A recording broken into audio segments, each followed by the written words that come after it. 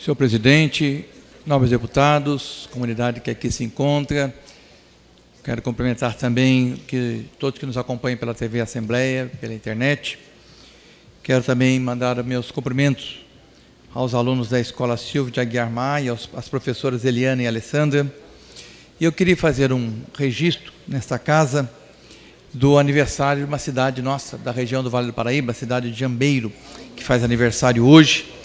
Jambeiro, que é uma cidade que surgiu ao redor da capela de Nossa Senhora das Dores do Capivari, em 3 de março de 1871, nas terras do capitão jesuíno Antônio Batista, no município de Caçapava.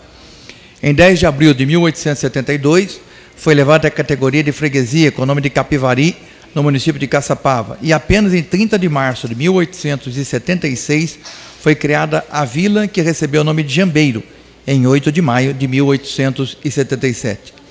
O desenvolvimento e o progresso do município estiveram vinculados ao café, e quando essa cultura entrou em declínio, transferindo-se para outras regiões do estado, a economia local voltou-se para a pecuária leiteira. No entanto, a utilização da mão de obra era muito pequena e provocou a imigração de grande parcela de seus habitantes, trazendo como consequência uma estagnação do município naquela oportunidade. Mando meu abraço, então, ao prefeito Carlos Alberto de Souza, à vice-prefeita Regina, aos vereadores. Fica registrado, então, nessa casa, senhor presidente, os cumprimentos da Assembleia Legislativa para a cidade de Jambeiro. Eu quero também, senhor presidente, registrar com muita alegria que eu estou recebendo a visita hoje do meu sobrinho Leandro Faria de Souza, de 23 anos, que é formado, está lá no fundo, cadeirante, lá, e se você puder pegar, eu fico muito agradecido. O Leandro está com a sua mãe, a Cleonice. O Leandro é bacharel em História pela PUC São Paulo. Está cursando agora o mestrado em História. Seu TCC tratou a respeito do documento que narra as aparições de Nossa Senhora de Guadalupe, no México. Para boa conclusão deste trabalho, esteve fazendo pesquisa em loco, em julho do ano passado. Portanto, ele esteve lá no México ano passado. E agora, no mestrado, continua aprofundando a pesquisa. Esta pesquisa, financiada pela CNPq, ganhou o primeiro lugar no 19º Encontro de Iniciação Científica da PUC São Paulo. E, em decorrência disto, Leandro vai apresentar este trabalho na Universidade Federal de Goiás em julho próximo. Então, mandar um abraço para o Leandro, agradecer da visita e agradecer também do exemplo que você é para todos nós. Um grande abraço para a Cléo, minha cunhada, e a mamãe coruja também, né? Eu quero aproveitar esse momento. Ontem, senhor presidente, muitos deputados fizeram aqui uso da palavra para homenagear José de Alencar. E eu quero hoje homenagear esse grande ex-vice-presidente da República do governo Lula. Ontem diversos líderes já se manifestaram, inclusive o meu presidente do PT, deputado Edinho, fez um pronunciamento em nome de todo o PT, e o nosso líder, Enio Tato, fez em nome de toda a bancada uma nota de pesar oficial. E quero, neste momento, somar-me a todas estas justas manifestações a um homem que soube honrar as posições em que ocupou. Costumamos dizer que quando alguém deste naipe morre, que perdemos uma pessoa, perdemos uma grande personalidade. Não deixa de ser verdade, mas temos que ver o que ganhamos com a sua vida entre nós. José de Alencar, como empresário, mudou a vida de muitas pessoas, gerando empregos e oportunidades a trabalhadores. Portanto, homem que influenciou para o bem a vida de muitas famílias. Em 2002, José de Alencar colocou toda essa aplaudida história à disposição de um projeto político e disponibilizou o seu nome para ser candidato a vice-presidente da República com Luiz Inácio Lula da Silva. Hoje, 2011, após 8 anos de governo Lula, fica fácil alguém se colocar como seu aliado primeiro.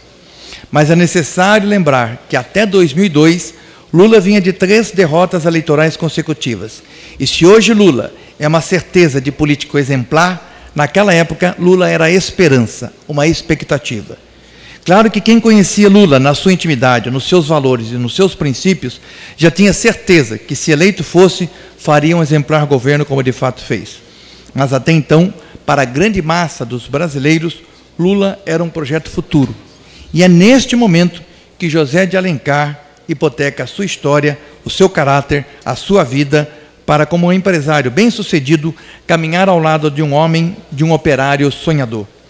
e sua presença fortalece a candidatura de Lula, traz consigo um partido que vai auxiliá-lo na governabilidade.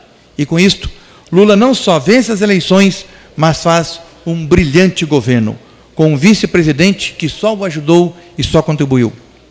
Desta forma, o governo de Lula tira milhões de brasileiros da linha da fome e da miséria, distribui renda, faz o Brasil crescer, retira o país do FMI, vence a crise e devolve a esperança ao povo. José de Alencar, que antes tinha influenciado para o bem a vida de centenas de famílias com sua vida empresarial, agora traz em sua biografia a mudança para o bem de milhões de brasileiros, com a diferença que antes ele até conseguia enxergar aqueles que ele influenciava. E agora, como vice-presidente da República, num governo exemplar, mudar a vida de milhões de pessoas que ele jamais conheceria. Mas esta é a caminhada daqueles que passam a vida fazendo bem. Chega no momento que influenciam a vida de muitos que jamais conhecerá pessoalmente. E agora, com sua morte, basta ver as manifestações da sociedade brasileira e percebemos que ele não influencia uma grande parte da nação brasileira, mas sim a todos os brasileiros que hoje choram a sua despedida. José de Alencar, com sua morte, traz sinal de esperança na política, dizendo com sua vida com toda clareza que é possível estar neste campo sagrado como um verdadeiro missionário.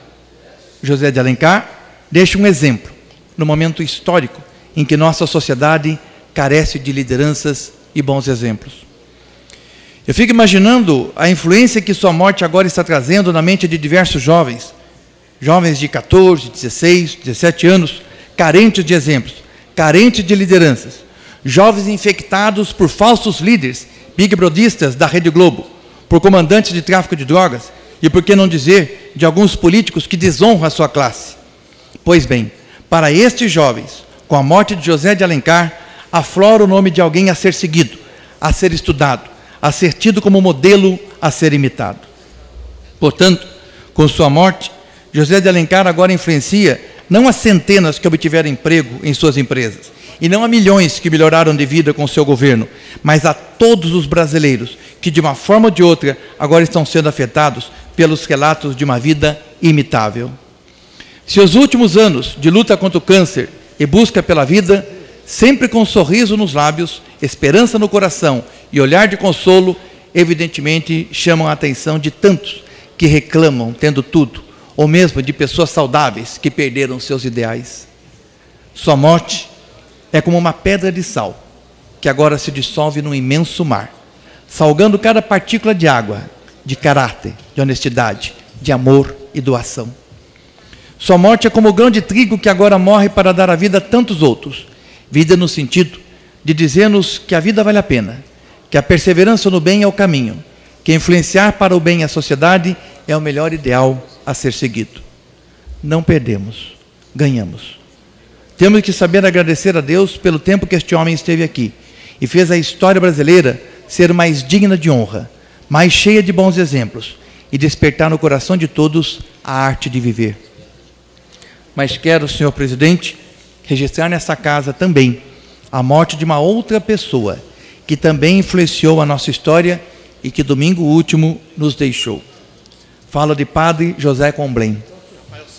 Padre José Oscar Bioso, amigo pessoal de Padre Comblain, assim se expressa a falar deste grande homem.